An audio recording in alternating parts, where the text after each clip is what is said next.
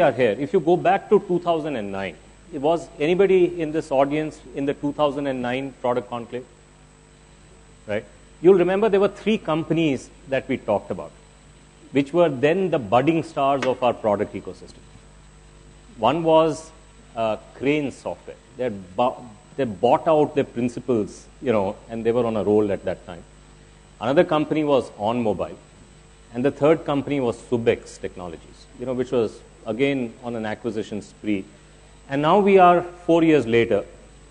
None of them are material players in this market. Now, so they reached the stage of getting scale, scale velocity, escape velocity, but then stumbled and fell.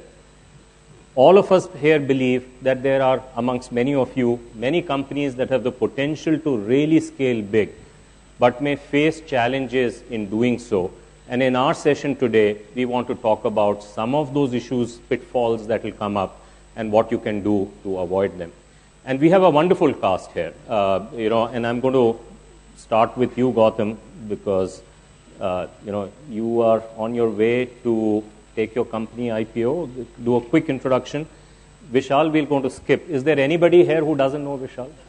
Right? So no, I'm just kidding, Vishal. But we'll start with Gotham first. This will be on. Yeah. Try again. There it is. Hey, everyone. I'm Gotham, and you can tell from my accent that I'm actually from the U.S. I'm from Silicon Valley. I moved from India to the U.S. when I was 9. Got into entrepreneurship accidentally in the Web 1.0 days. Started a company with my brother and a couple of friends called AtWeb, which was doing small business tools, and got to experience the heyday of the bubble in Web 1.0. Over 3 years, AtWeb grew and was acquired by Netscape in an all-stock deal that was valued at about $500 million at its peak. And then moved on and did an NGO called India Community Center, learned to scale a nonprofit organization, raised about $25 million. And India Community Center today does about 500 programs a year, operates a preschool and summer camps and senior programs and various activities. And then co-founded Simply Hired, which is a job site in the vertical search space. And we are about 8 or 9 years in, have about 30 million unique visitors a month, raised, as I said, about 22 million, helped about a third of the Fortune 1000 hire. And if all things go well, crossing our fingers, we'll file for IPO in 2015. Vishal? I mean, everybody knows me. I'm God in Chief, and I'm currently unemployed.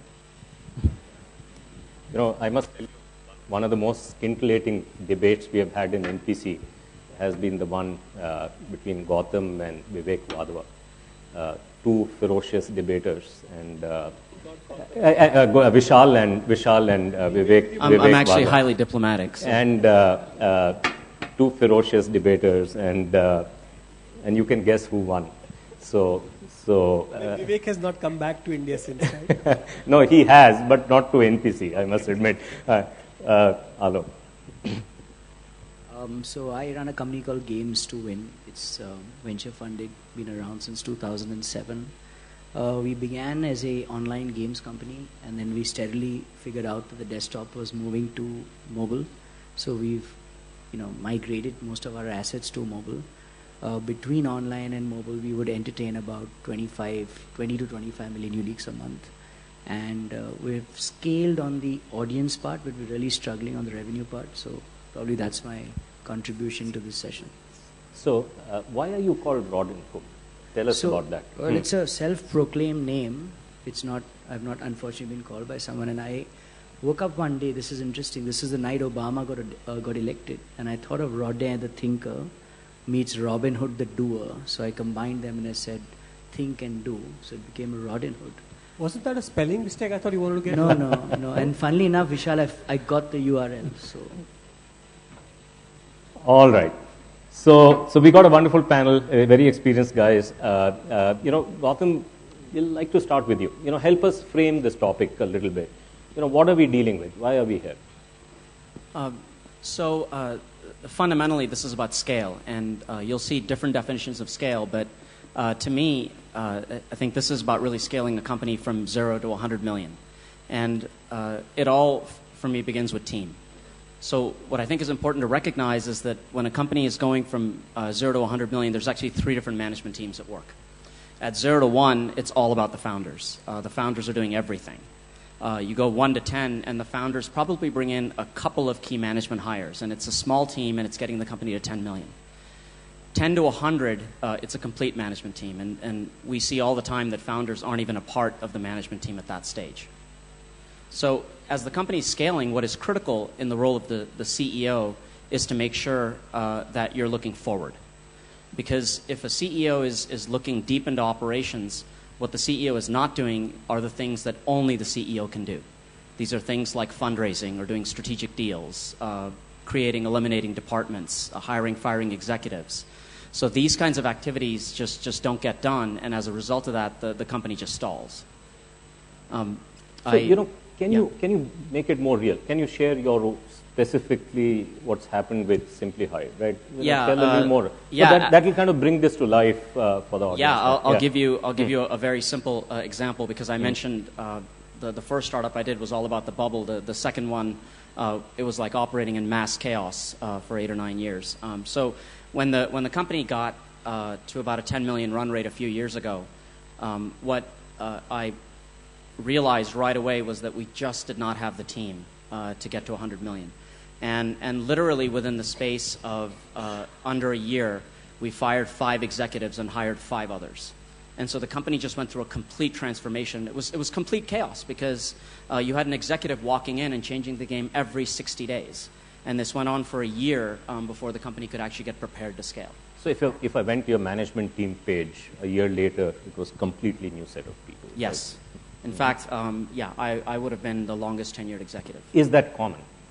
Is that common? Is this specific to what happened to you in Simply Hired, or given what you've seen in the Valley, this is the usual norm? This is what you would expect every company which has to hit $100 million or more will have to go through something like this. This is definitely more the norm. And the reason is that just statistically, you have people that are very good at the early stages or people that are very good at the late stages, and very few executives scale all the way through. And so, as you know, I mean, we're in a stage, I think, where growth is accelerating, and it's been accelerating for a long time. And to get that growth, you just need executives that can take it there faster and faster. So I think it's already common, and I think that's only going to accelerate. So Alok, he says team A to B to C. Don't do the shifts, you won't grow. No way. Yeah. Huh? Absolutely no way. We'll come to you in a minute. You're going to take over the panel, I know, for a minute. I want to get Alok in first before I come to you. Huh. So what do you think?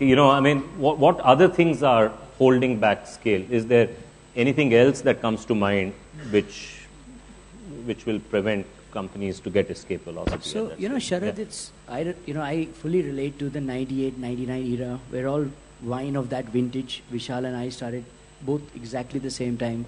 We raised money from VCs who went bankrupt. And we're still sitting on the stage. So we've been through that.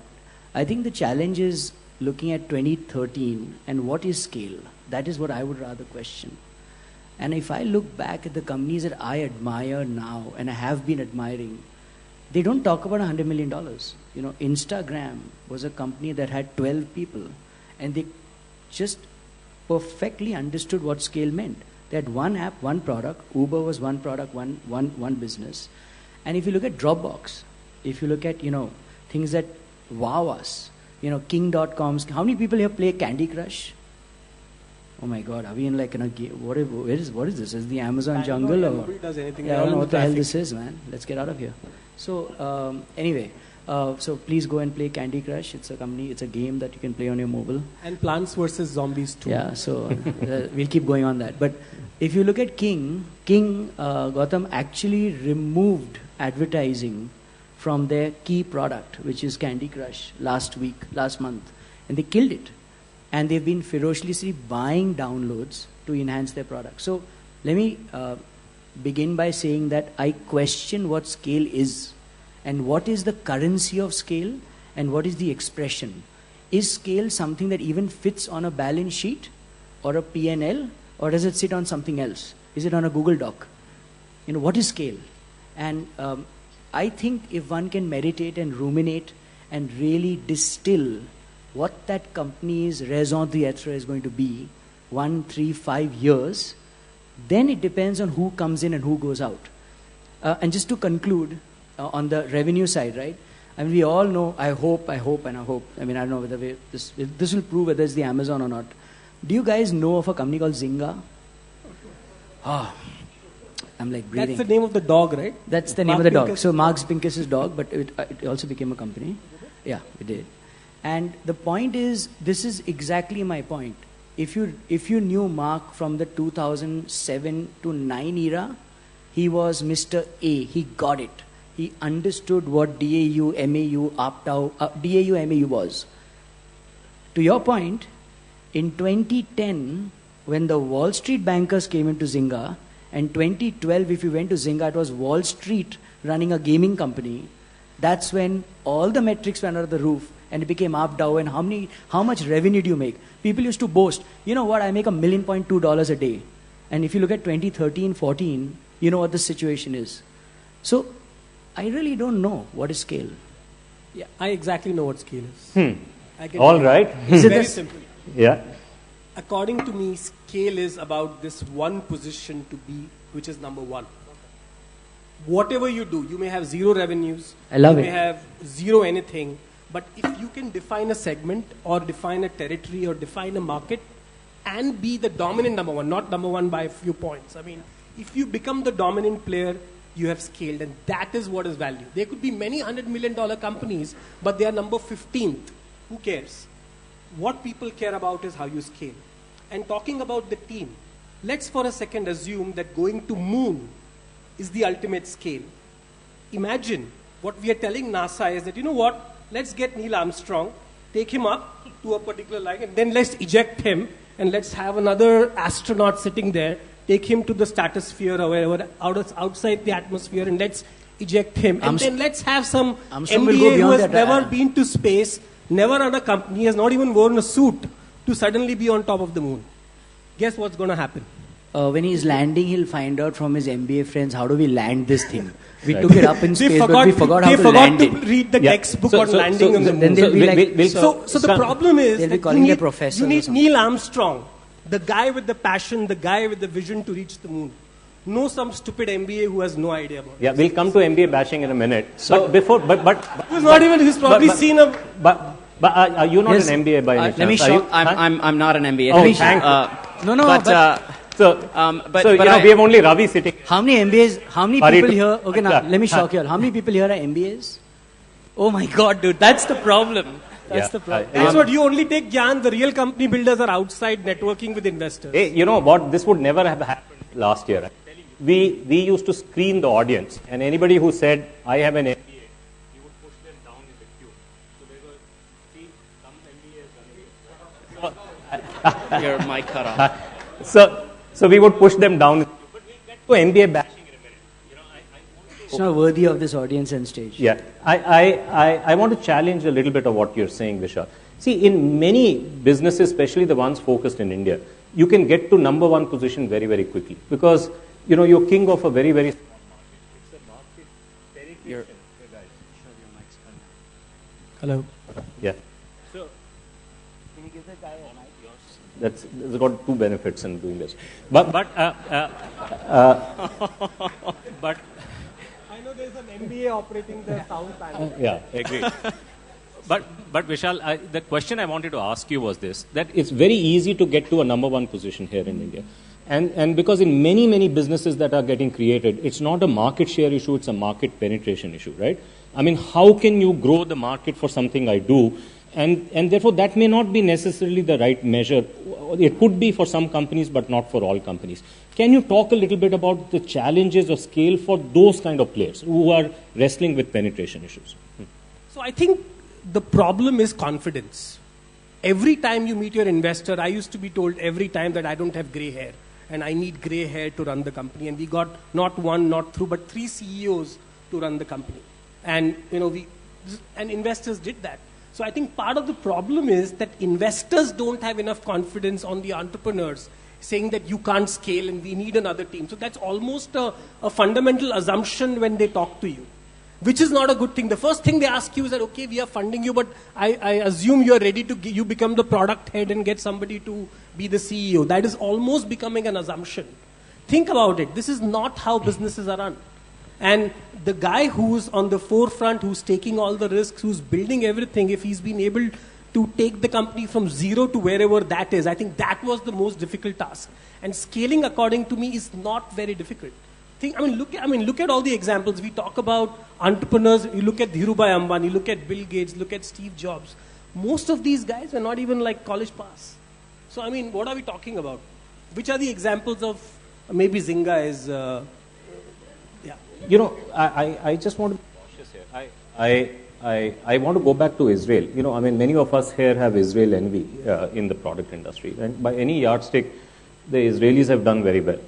But unfortunately, if you see at what is happening in Israel is that they are having to exit much earlier than before. Their biggest problem in the ecosystem is not new company formation, it is not venture capital, it's not success of those companies, but it is because these companies are having to exit before they scale. Right, which was not the case. ICQ, there were Comverse in earlier days, there was Skytech. There's a long legacy of companies, not just in the internet era, but even in the pre-internet era, that they were able to take and become meaningfully big companies. But that is not happening anymore. I want to go to Gotham a little bit. Waze just got bought out for 1.3. There's a lot of technology that's now getting acquired again all over again. So. Agreed. But despite that, they are having...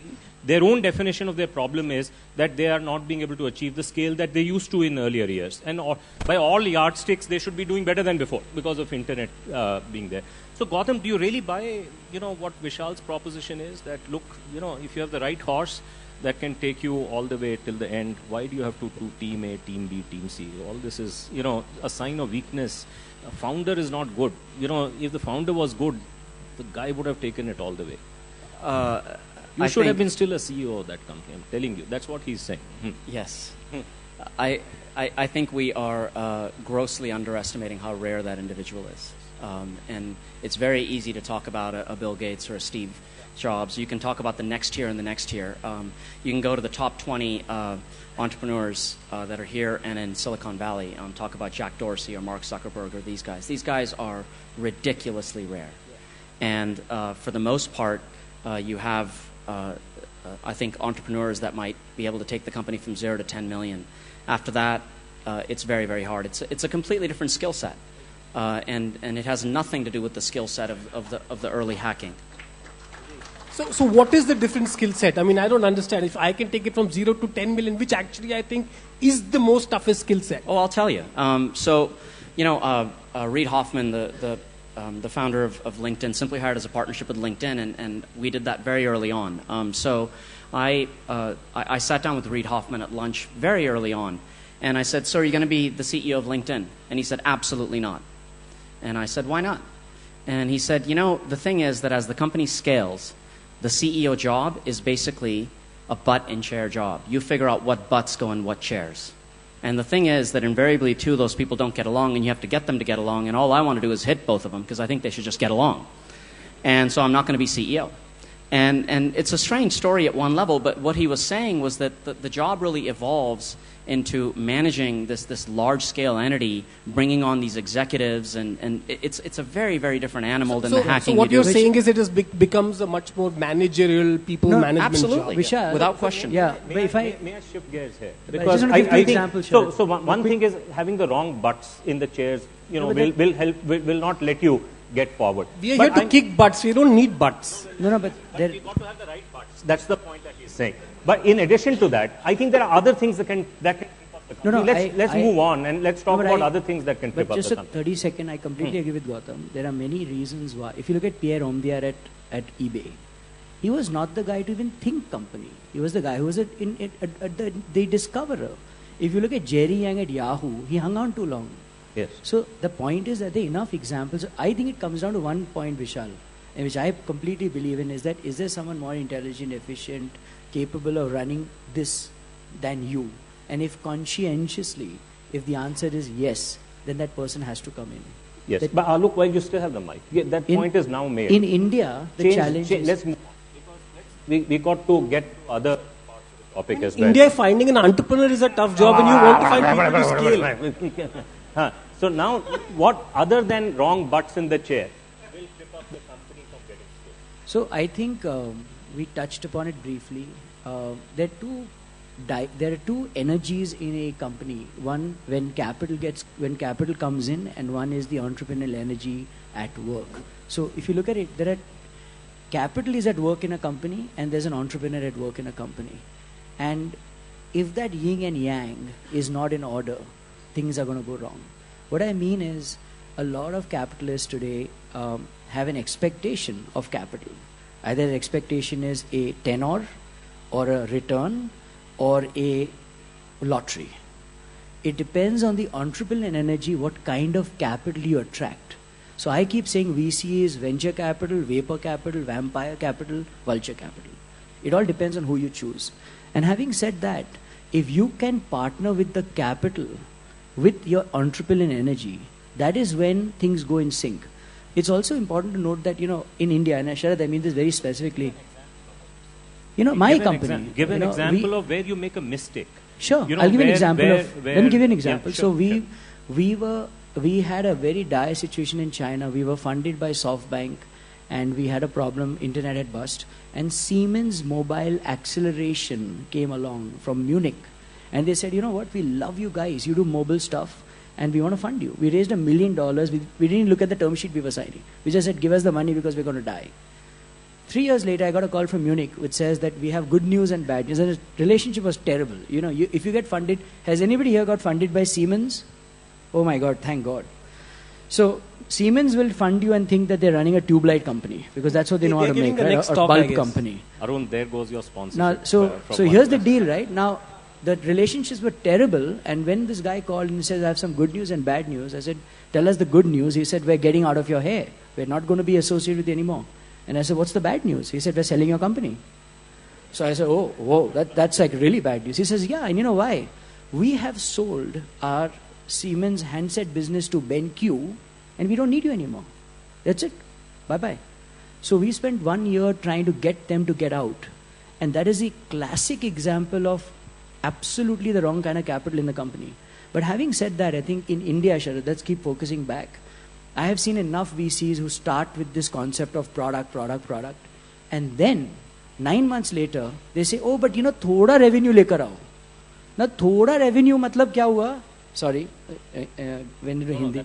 No, it doesn't work. Nobody understands Hindi here, man. So they say, get so much revenue. And when that so much revenue begins to say, oh, but how do I get revenue? They say, do a little services on the side. So, dude, you've got a product company becoming a services company, becoming a revenue company, and a balance sheet model is becoming a P&L model for which you should not have raised venture capital. It's a very insightful point. But before we turn this into VC bashing, which is probably more popular than even MBA bashing, can we? Most VCs are MBAs, unfortunately. Yeah, exactly. So,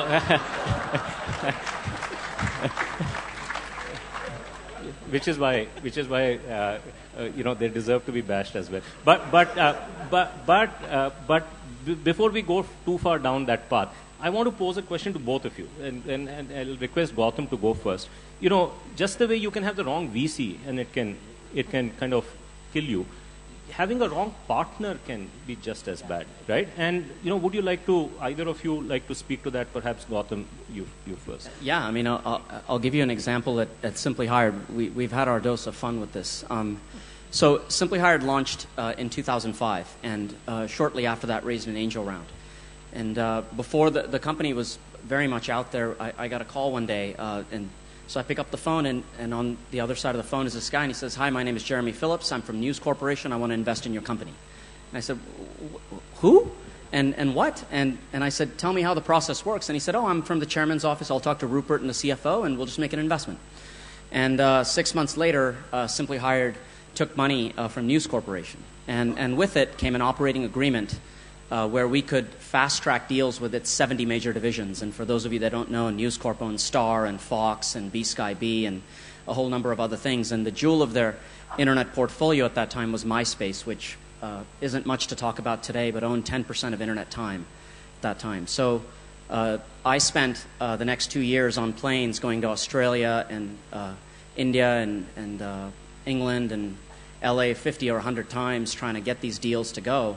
And basically it was a massive distraction for the company that certainly didn't kill us, but I would say it slowed down our scale and was very, very painful for us to get back out of and then eventually go forward. So, Vishal, any example where you got married to the wrong partner and the company went down? So basically you just saw that I was speaking in Punjabi and not everybody could get it. So what I understood is that most of these partners and investors who come on board don't understand my language. In board meetings, I was showing them game demos. And they were like, what the hell is this? We are not here to see games. Then I used to show them my product roadmap and they're completely not interested in it. I very soon realized that what they want is to see is Excel sheets.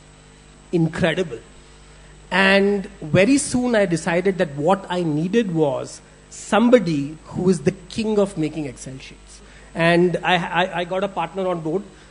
This person I knew for a long time. He was an investment banker. And my God, he was the best Excel sheet maker in the world. And suddenly, every meeting was smooth sailing because he could just open these Excel sheets and do tab and alt tab and go to this column and, and suddenly there were these people who could understand the language. And I could make my games and do whatever I want. So I think the fundamental problem with partnerships is that we as entrepreneurs are expecting that these guys get us. Gosh, what will it take for me to keep you away from these MBA types here? No, I'm not talking about MBA types. I'm talking about general investors. MBA, right? I mean, I'm talking about general investors that the problem is that they judge the company by looking at Excel sheets. And believe me, it's shit. What they need to look at is the product and the vision and the team, which unfortunately very little time is spent on. And just to add a little bit on product and the team, the way I look at a team for a startup or for any company is basically nothing but the Avengers or a group of superheroes. Everybody here is trying to change the world. I think that's the key thing. Each one of your team members has to be willing to change the world and has to have that one extra quality which makes a difference. So I had one Excel sheet superhero. I had one, marketing pitch superhero. He could sell ice to an Eskimo. He was an amazing sales guy. I had another guy who was Mr. Dependable. You tell him कि ये हो जाएगा and ये हो जाएगा. So you almost need a team of people like this and not MBAs and chartered accountants and all these other people who are good for nothing. All right. So we're going to change gears a little bit. I have a request. If any of you have questions, please line up in this middle line here. There'll be Ankit with the mic here. So, we'll know how many questions are there and then we'll start taking up questions. So while that's happening, Alok, you want to hire this kind of a superhero that he talked about. Is there a chance that you'll hire from the multinationals? But hey, wait, before you answer that question, how many people here work for MNCs so that we know who else are we pissing off here? Okay. So my greatest hires were from multinationals. And okay. A guy I hired from Pepsi way back, he was my toughest client. I started a company called Contest to Win long back in 98. And Pepsi as a client used to make us cry. And one day it dawned on me that this guy was so demanding because he loved what we did. So believe it or not, I actually hired him as COO and he totally turned the company around. My creative head was MTV, which is Viacom, still MNC, an absolute genius. I Sharad think that there are, to your point, that there are the Marks and the Dorseys apart. I believe that in the common entrepreneur set, there is always someone cleverer and better than you. And one track mind should be to find those people. And they will collide with you in the universe if you are open to receiving them. But if you say, I'm jack of all and king of none, then nobody's going to come to you. So if you think you're Zuckerberg, good for you, but I don't think I am, and I'm always saying, there is someone better, please, can I get you? Vishal, what's your take on that? I had the complete opposite experience from Pepsi. Maybe I got the smaller bottle. We both wagered 2 people and you got the, whatever. So, what I understood was that, people in MNC get used to a particular lifestyle. And it is not very easy for them to adopt to what a startup does. For example, we don't stay in 2 rooms in hotels. We bunk with people. I do that even now. But the minute we got this guy from Pepsi, we were suddenly booking 2 rooms in the same hotel. And I'm like, what is going on? I mean, why do we need 2 rooms in a hotel? We all bunk together. Because you're supposed to bathe every day. Yeah? I mean, that's the reason. Well, okay, let's not get into all those things. But I think it's a cultural thing. I think problem is the MNC world spoils you to a lot of extent. You get used to a particular kind of lifestyle, and not everybody is designed to cope up with it. So I think the biggest problem is that people don't know how to unlearn. And I think that was one of the problems. We were spending a lot of money on consultants. We had a PR consultant, we had a marketing consultant, we had a consultant to hire consultants. And it was crazy, right? And finally, we got saved. Actually, I have a very good story thanks to RBI. We got saved from bankruptcy because our president from Pepsi had created this amazing TV campaign. And in the 2000s, you had RBI approval had to be taken before you could spend money on TV channels, because MTV and all the TV channels were out overseas, and you needed RBI approval. And thank God we did not get the RBI approval, and we never spent that money. So I owe all our success to whatever we have done is to RBI actually. So Gotham, for not approving our ads. So Gotham, you mentioned LinkedIn. Jeff Weiner has been in a startup, big company. He's alternated several times in the past. So in the US, this whole notion of a big company guy coming into a startup is not unusual, because this rotation keeps happening. That's not true in our ecosystem. What have you picked up? You've been here now for 6-8 months. Would you be warier about hiring from larger companies, the MNCs, if that person's never been in a small company before? So there's no correlation I've ever been able to come up with about size of company to performance in this market or that market. I've never seen it. The single best indicator that I have seen and the most reliable source of great hires are employee referrals. And so at Simply Hired, where I felt like we would score off the charts is we became better and better and better at mining employee referrals. And it's something that is out there. Everybody tries to do it, and eventually you run out and you need to staff recruiting pretty heavily.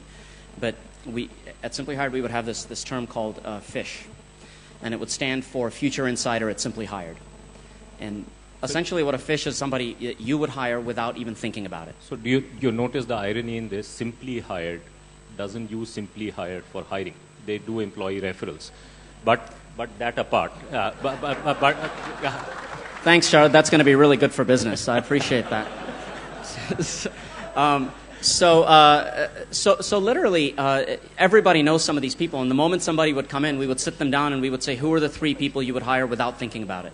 And we would get those names down. We would go out of our way to do events. We would do professional events, social events. We would do anything we could to bring these people in so that they just got to know the company. And as a result of that, we would end up hiring these people well before. And so everybody knows 3 or 4 people like that, and we would just make sure we got to them before anybody else did. Is there anybody waiting here in this line for questions? If not, again, request, please come in the middle here for questions, right? There is a question? Yeah. Unemployed. He is God. If you don't know, we feel sorry for you, and we'll take this offline. Go ahead. Yeah, my question is to Gotham. He mentioned that from zero to scale up, we need to change teams. What I felt is that it's more of evolving and learning and unlearning. The way we evolve in our life from childhood to till this stage, the same way we can evolve in our own company. Isn't that works? Yes, I think it is an evolution. The only difference is that you're evolving yourself, and in a company you may not be the best person to run it or have any executive role. So and you have to just recognize that. May I ask a follow-up question to that for all of you here? See, we have lots of companies who've been in a bootstrap mode for a long time, right? And then they stumble into a kind of a fit with the market. And now even if they try to grow fast earlier, it won't have been possible, but now it is, because they've kind of stumbled into that market. But very often, changing the mindset becomes an issue. As he talked about, now, this gumption to go for growth, which is risk-taking of a different kind, is necessary. What would be your advice, each one of you, for people who are at that threshold where they were bootstrapped, now they could go for growth, but they can't summon the courage to be able to do that? So one of my advice to a lot of people is that you have to think big. And when I say think big, let me give you a simple example. I met a guy who runs a small design firm, very, very good firm. And he said, Vishal, I'm stuck. I don't know what to do. I want to move to the next level. So I told him that to think big, why don't you go and create a plan to acquire, so he's in Bombay, I said, acquire a design firm in Delhi, Bangalore, Chennai, Madras, wherever else you can, and say that I want to be the biggest design firm. Create a plan for this. Go to VCs with a plan of saying, this is what I have done, and this is what I want to do. And project that you have a very, very big vision, and I hope you do. And this changes the game for you because A, you are now suddenly not a small company, you are a small company trying to be big. And B, suddenly the WPPs and the mind shares of the world are saying, oh shit, this other company might come and take our lunch, we better go and acquire this company. So the minute you think big is when bigger things come to you and not the other way around. And same thing happened with us. When Disney was talking to us, actually we were not in the process of selling the company at all. We were in the process of buying our investors out. And we had a mandate out to actually buy out the investors and go IPO. And that's what happened. So the bigger you think, the bigger things come to you. The smaller you are, the more you get stuck. Alok, any thoughts? Yeah, I think that's nice philosophy and that's good. I think from a more practical point of view, because you've laid out the overall meta thought, on a beta thought, I would say that I'll be surprised. I've been sitting in some meetings where I'm seeing international talent now, global talent, not just Indian talent. Hungry, I saw this in the China phase, Shanghai, 2001, 2004. Lots and lots of talent globally is ready to walk and come across. I think the problem most entrepreneurs have is they know they're not up to the mark, but they can't find better. It's in a classic choosing between a rock and a hard place situation. And, to find a rock when you're in a hard place is not that easy. So it's constantly asking partners. And unlike Vishal, I've had a lot of success in the recent past with investors. Talk to them. Tell them, guys, if you meet people who you think you can get us, make us meet people. I think. But they're scared of Vishal, what to do. No, but Sharad, at a very statistical level, if you meet 1,000 people with that intent that I want to get the best talent in my company, 10 will come. The question is to meet 1,000. So Alok, I think people are looking at the wrong place for talent. I think the problem is that the talent pool is lying somewhere else while we are looking somewhere else. That's right. And just one point here, I think the most under-tapped talent pool in this country is our sportsmen, our sports people. Believe me, they are some of the most passionate people and they are the people who have seen defeat. To run venture-funded companies? Not venture-funded companies, to get teammates. So I think the problem is that a lot of people have not seen failure. And I think that's really part of the problem. We need people who have seen failure enough. Hey, let's take a couple of questions. Yeah. So we've been talking about scaling and becoming number one and stuff. What's wrong with being a $10 million company? Gotham?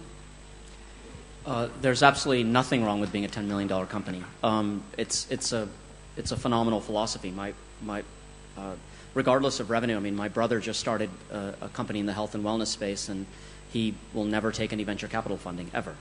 And so it's just purely the choice of the founder. And whether you look at Fusion Charts or Quizlet or Nimbus or a variety of other companies, that's the decision they've made. And it's because the founder in the past had a bad experience or they're very definitive about what they want. So whether it's not taking funding or being at a certain scale, look, one of the prevalent themes in the conference, which has been amazing, has been about getting joy from the process. If that's what gives you joy, do it. Yes, very, very well said. Any other question? Last question. Wow. All right. So we've kind of satiated you all. Thank you so much for your patience and bearing with us. Please, guys, don't beat me up. I kind of pissed each one of you off here. But thank you for being a wonderful fan. Excuse me, sir. Thank you. I think we're out of time. Is there a question there? Yeah. Let's take it offline. Let's take it offline, please. Yeah. Thank you. Thanks, guys. Let's see. We'll find each one's photo. They all look the same, so I guess you get the same photo.